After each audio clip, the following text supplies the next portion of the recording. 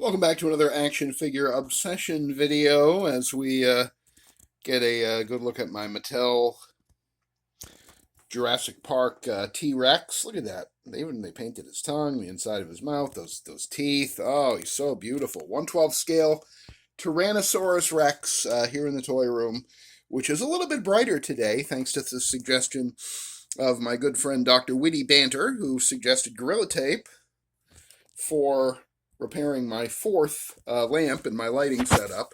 I mean, this lamp here is part of the lighting setup too because it throws some light up here.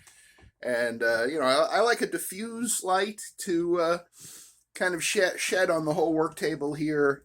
And these two here point up at the ceiling to kind of bring some light down here. This one I've got aimed more directly at the photography area. And that's where we're going to settle in here for now in the photo booth, which again, if you were with us yesterday, is a little bit more spacious, a little bit more wider. Not quite wide enough for a 1/12 scale Tyrannosaurus Rex, but one of these days, maybe we'll do something with him. So here's the gang here on the work table here at Action Figure Obsession. We did have a snowstorm overnight. There's a snowplow going by, and we'll follow them over here out the other window. There they go. This is the first time that snowplow has been by since about 3 o'clock this morning, so it's nice that they are finally getting that all done. There's another video in the ALN playlist of my wife shoveling out our car, if you'd like to take a look at that. Some people were too busy to help. They were doing journalism covering the aftermath of this latest winter storm. But anyway, I thought since I've had this Black Panther in a few of my recent videos, Guinevere from the Dungeons & Dragons Forgotten Realms box set from Hasbro, beautiful 1/12 scale, frankly, somewhat terrifying Black Panther with an articulated jaw. See that? Isn't that great? I like it when they can do that. You know, Toy Biz used to do the articulated jaws too back in the day. But sometimes it's such a delicate and small area that those joints can get loose or the lower jaw can fall off, something like that. But so far, Guinevere, and I've had her for maybe 4 or 5 years now, since whenever that set went on sale. Guinevere is one of those things that when I first saw it announced, I was like, oh my God, that looks so beautiful. I would love to have that, but I'm sure I'll never be able to get it. And I ended up getting it, and that was nice. That's something that I really don't take for granted in my collection because there are so many action figures announced and released on a regular basis. Obviously, as I've talked about, I have about 1,000 1/12 scale figures in my collection. The approximately 380 G.I. Joe Classified, and I think about 500 Marvel Legends, and then maybe another 100 other manufacturers, Jazzwares, and who else has done 1/12 scale that I have some of them. I don't know. And of course the 7-inch figures. It's oh, there goes the plow again. Want to see it going the other way? There they go. Goodbye. And I open the blinds in the daytime sometimes to shed a little more light on the photography area as well.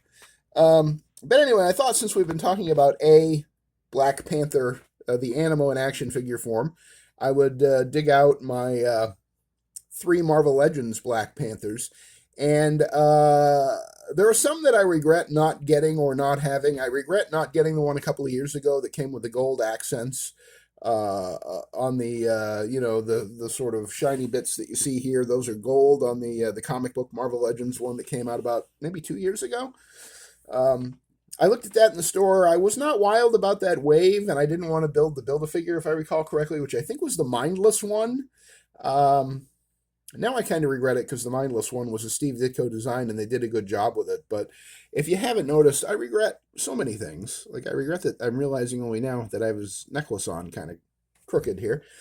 But anyway, yeah, T'Challa, the King of Wakanda, another creation of the great Jack Kirby. He introduced the character in the pages of Fantastic Four, a book that he largely plotted and certainly wrote a first draft of the script for directly on the artwork, and then Stan Lee would I'm going to be kind and say polish the script and put his own spin on it. Sometimes actually changing things in the script so much that Kirby had planned out that he'd have to have someone in the Marvel offices redraw a panel here or a panel there, or I think one time an entire issue, because he wanted to change so much of what Jack Kirby had laid down. And I'm telling you right now that there has never been a comic book creator in the entire history of the human race that needed to be corrected or adjusted or tweaked less than Jacob Kurtzberg, aka Jack King Kirby. The guy knew what he was doing.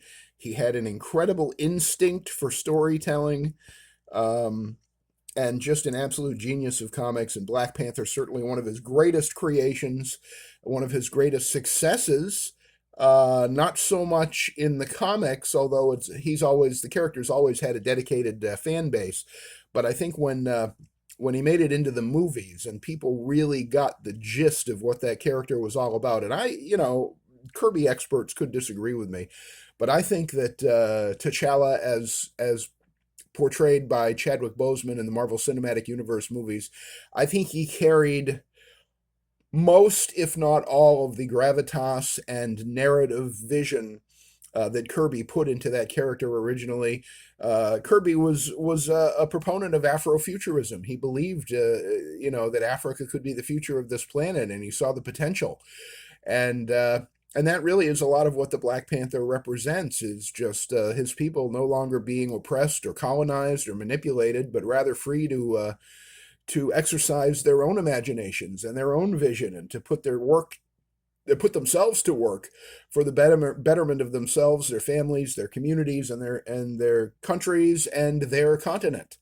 I think Kirby saw all that decades before a lot of people finally woke up to it. And I think that the portrayal of the Black Panther, of King T'Challa, in those movies, in Civil War and Black Panther 1 and Black Panther 2 and any of the other films. I can't remember exactly which ones Chadwick Boseman appeared in, but I think that his Black Panther was exactly what Kirby envisioned and became as popular as Jack Kirby knew. Jack always had a faith that his creations, his characters, could be turned into movie characters, could be the source of entertainment in other mediums and other genres. I mean, Kirby, like I say, his vision was virtually unlimited. The only thing that held him back was the small-mindedness of the people that he worked for, and that includes Carmine Infantino at DC Comics, for whom Kirby created The New Gods and a bunch of other incredibly great comic books. But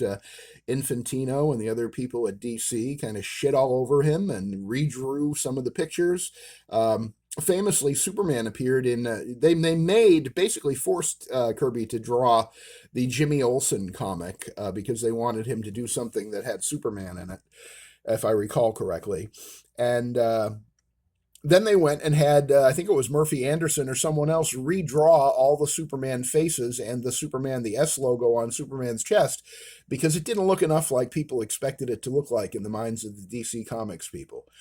So Kirby spent an entire comics career from 1939 until the time of his death, I believe in the 90s, always being told by the corporations that he was creating these works of genius for, that it wasn't quite right. We got to tweak this, we got to tweak that.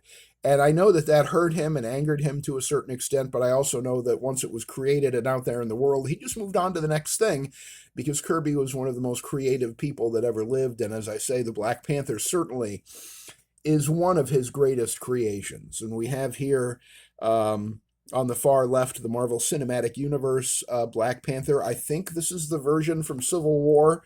If I recall correctly, I think that was the one with the butterfly joints, which I see on the shoulders here. And this is a very, very nice and very heroic-looking silhouette. So I believe that is the Civil War one. I used to also have the Mezco one that was based on that very same design with the cloth goods outfit, and I unfortunately purged that in my last Mezco purge. I wish I had kept that one because it was an absolutely stunning figure. And again, take a drink, nothing but regrets for purging those Mezcos, and especially that beautiful Black Panther figure. Then we have the sort of Wakandan vibranium powered suit or vibranium suit of the Black Panther. This was, I believe, a repaint of the 2017, or no, it was 2018, I think, the Wave 2 of the Marvel Superheroes Vintage Collection. That had a Black Panther in it with a black metallic finish, sort of a bluish black figure, and it was absolutely beautiful. I used to have that one too. I would give anything to have Wave 1 and Wave 2 of those Marvel Superheroes Vintage Collection lines, or line. Those were two of the most wonderful, beautiful waves that Hasbro has ever produced. And boy, I wish I still had every single figure from both of those waves, especially that Black Panther. He was absolutely stunning. And was a repaint. I believe this might have been a Walmart exclusive. Um, and probably to tie into the movie, that's why it has the vibranium superpower effect on his hand. There was two, but I don't like to have them both fists engaged in or enmeshed in the special effects. I have about 1 billion of those special effects in different colors in my fodder bins. Well, not 1 billion, but maybe a dozen in different colors. But like the scenes in the movie where the suit lights up when he's punched or active. I think that's what this is meant to represent. I'm sure that there was some version of it presented in the comic books as well. And it also has the ears back as opposed to the ears up kind of Batman look of the traditional Black Panther. And that this is the style that we saw in the Ta-Nehisi Coates written Black Panther issues. Again, around the time that Chadwick Boseman was portraying the character and setting the world on fire with his performance. And his untimely death was one of the most tragic things to ever happen in Marvel history because there was so much more left to be done with that character and his version and vision for that character in the movies. I never rewatch the movies that I don't feel sad when I see Chadwick Boseman, but I also feel energized and amazed that performance ever made it to film because it is just one of the greatest accomplishments, certainly in the history of adventure movies. Maybe in the history of movies, period. Chadwick Boseman, he changed what people thought about Marvel and Marvel movies forever, and God love him for it. And again, the seeds of that certainly were sown in the 1960s and 70s by Jack Kirby's creation and husbandry of the character of the Black Panther. He did a run of Black Panther in the 70s. He created Black Panther in the Fantastic Four in the 60s, and it is a character who is just unforgettable in his power, in his elegance, in his determination to do what's right by, again, his people, his country, his continent. Yeah, I can't say enough about how much I love the Black Panther, how much I love Kirby's work on the Black Panther and creating the character, and how much I loved Chadwick Boseman's performances as T'Challa. I mean, if you haven't seen those movies, watch Captain America: Civil War, watch Chadwick Boseman in the Black Panther movie. He was only, I believe, in the first one. I think that he had died by the time they made the second one, and another character inherited the role, and it's fine and it's understandable, but it is just tragic that it had to happen that way, and I'm sorry that it did. But anyway, I've been talking about this Black Panther a lot in the last few days, and I thought it only right to kind of set the record straight about the whole reason I bought that Panther was just to be an animal companion for my King T'Challas in my displays, and these are the three that I have. I have had other ones in the past. Again, that Mezco one. There was a Walmart exclusive one from around, I want to say 2016 or 2017 that I think was on the Bucky Cap body. That's probably why I got rid of it. Unfortunately, bought into the hype that the Bucky Cap body was obsolete and outdated and outmoded, and that figure was no good. It was a beautiful figure. It was a beautiful damn figure. I should have kept it.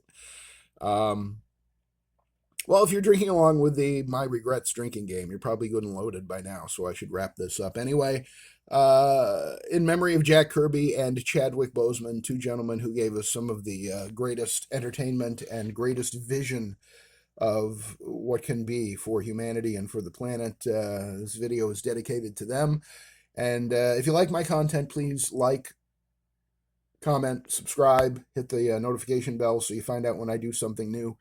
And share it with anybody you think might be interested in it. I appreciate any support you can give me to let people know that the channel is over here doing the stuff that we're doing. that'll do it for this action figure obsession video. Thanks again for stopping by. Thanks again to Dr. Witty Banter for helping me fix my lamp. And thank you all, and I will see you on the next one.